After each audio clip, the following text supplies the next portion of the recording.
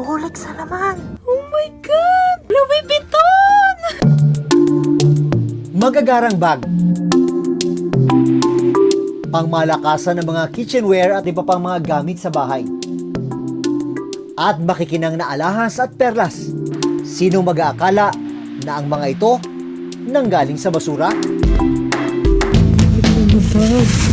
Ayan ka! Louis Vuitton! Ilang Pilipino ang nakilala naming nangungulekta at pinagkakakitaan ang mga tinapong gamit mula mismo sa Japan. Parang mga pang sushi. Ang sikretong yaman sa basura, Ayan. ibubunyag na. Pwede niyong i-mine to as set.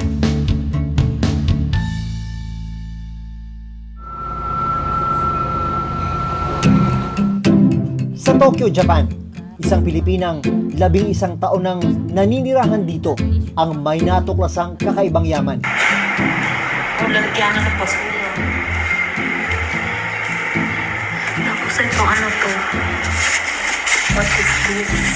Nilapak na nga lang doon, maghahangat pa ba ako ng iba?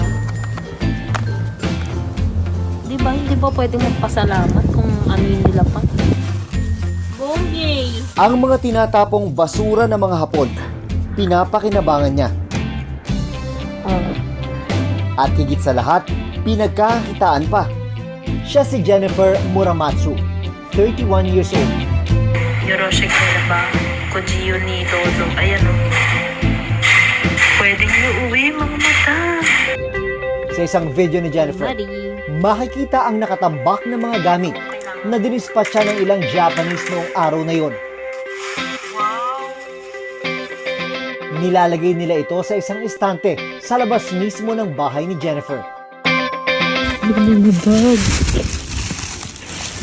Ayan ka! I love it. Oh. Mga bag, sombrero at damit. Ang iba, may mga tag pa at hindi pa nagagamit. Meron ding appliances at iba pang mga gamit sa bahay.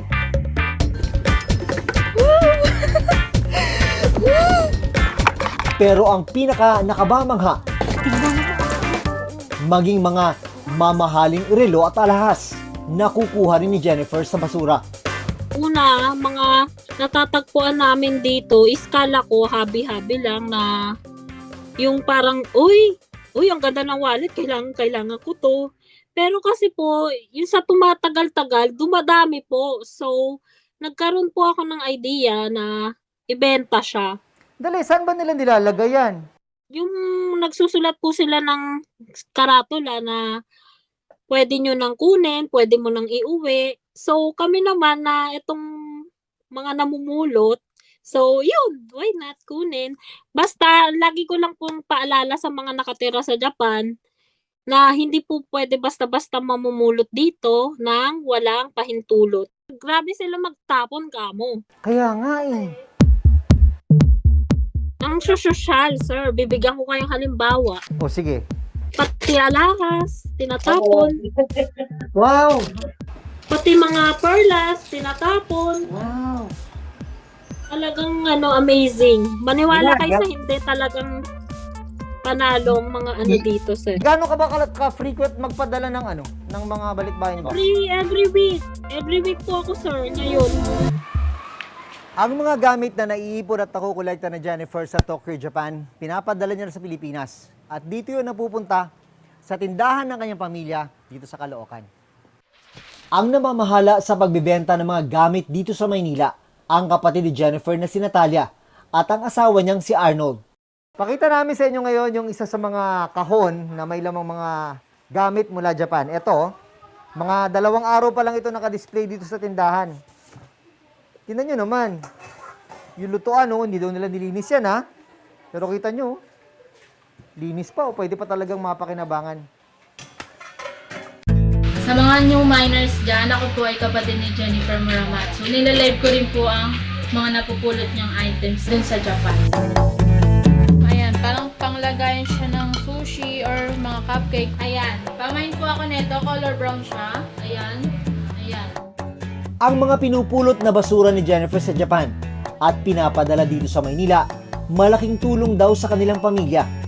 Bawat padala niya, yung iba na may nasa kanya eh. Tapos yung ibang hindi pa naman tulad nito, Pwede ko siyang ibenta kung kanino, pwede kong i-live, pwede kong i-pesto dun sa palengke. Dating barista sa Japan si Jennifer, pero nag-resign siya nang makitang mas malaki ang pwedeng kitain sa pag-iipon ng itinapong gamit sa Japan at pagbibenta nito online. Sa pagiging barista, magkano kinikita mo nun? Kung halimbawa ni straight ko ng isang buwan, mga nasa 40,000 to 50,000 pesos. Sa pagbabasura, magkano? Parang same lang. Depende po kasi sa pulot, depende sa kunwari kung panahon ng mga bagelya tinatapon dito, mas malaki. Pero pag mga damit po, mga nasa 20. Naiisip mo pa bang bumalik sa pamamasukan o dito na ako sa pagbabasura? Ayoko na sa sa regular employee. So, next na ako is talagang about business po. Para mailagay ko din sa ayos yung mga pamilya ko para kahit mawala man ako sa mundong ito, sila may maipamamana ko sa kanila. Maging ang kanyang bayaw na may regular na trabaho noon, nag-full-time online seller at delivery rider na para rito. Tumigil ako nun dahil sir, simula nun yung naisip ni Ate Jennifer yung ganyan diskarte. Parang pinaliwanagan kami ni Ate Jennifer eh. Kumbaga, tingin niya mas malaki ito eh. Mas malaki kikitain namin. Hindi pa pagod, kumbaga hawak mo pa oras mo dito eh. Pag yung mga ito yung box, kita na namin yan eh. Sa isang box namin, kaya namin diskarte yung mga live benta, 10K. Panatag daw si Jennifer na dekalidad ang mga gamit na kanyang pinupulot at binebenta. Ganda ng tinatapon mga sosyal ng basura dito sa Japan. Katunayan, wala pa raw siyang natatanggap na reklamo mula sa kanyang mga miner at buyer. Ito, nasubukan mo na matibay. Sa akin, sir, magkaiba tayo ng weight. Yes. Natungtungan mo. Yes, 62 kilos. Gusto ko sanang bilhin. Ito, Pag nasira yan, may stock pa naman. So, sige, sir. pag nasira to sa apa ko, libre na yon, hindi mo na ako mababayaran. Sige, sir. Ganun talaga. Ganun ha? Baka mo Sige, sir. Pag nasira Opo. libre mo na yung natitira doon. Opo.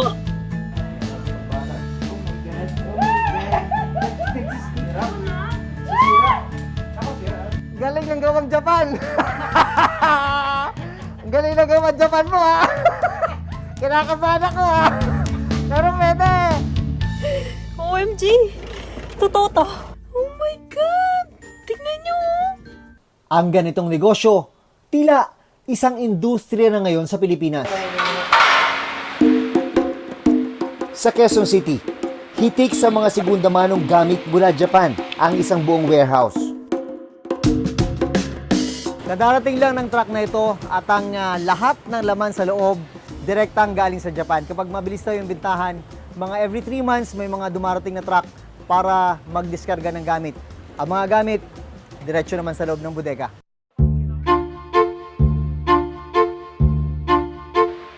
Kwento ng may-ari ng warehouse sa si Mia, tinatangkilik talaga ng mga Pilipino ngayon ang Japan surplus.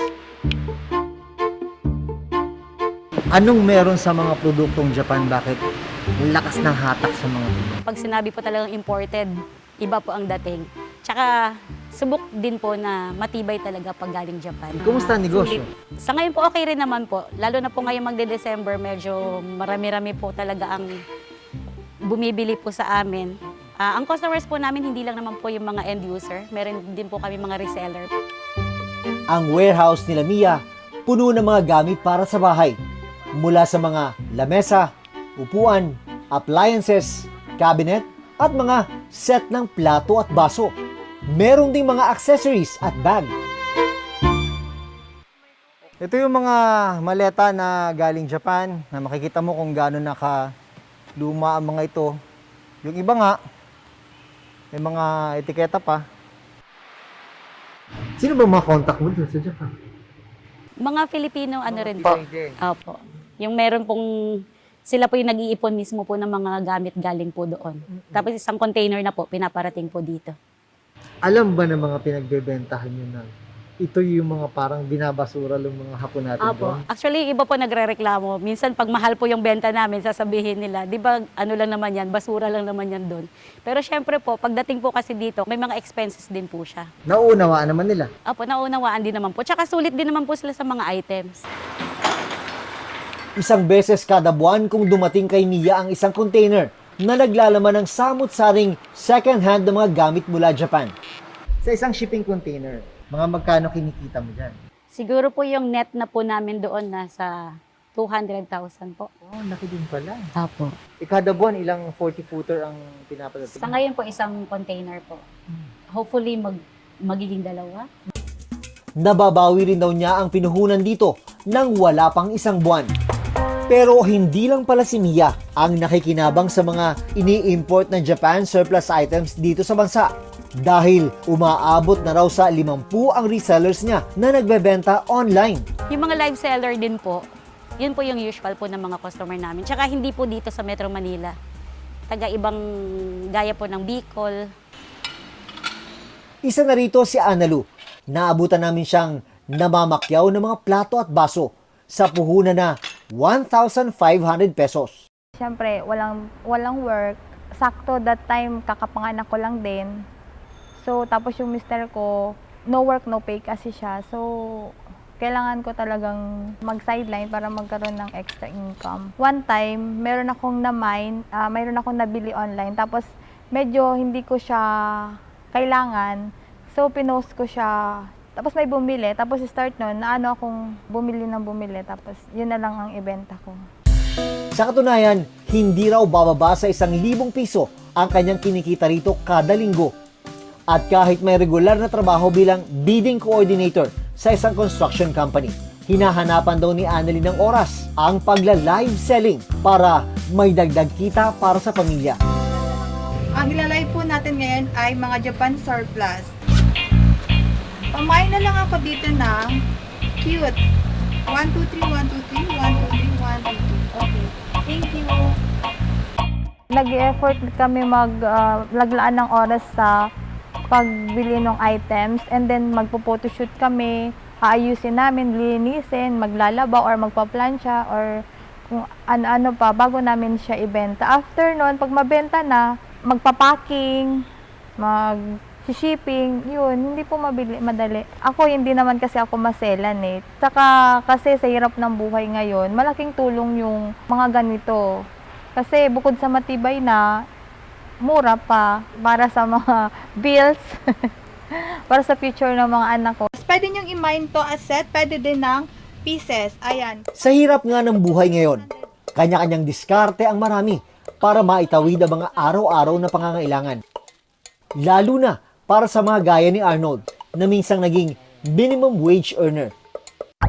Hunyo nitong taon, ipinatupad na ang 33 pesos na dagdag sa daily minimum wage ng isang manggagawa sa National Capital Region.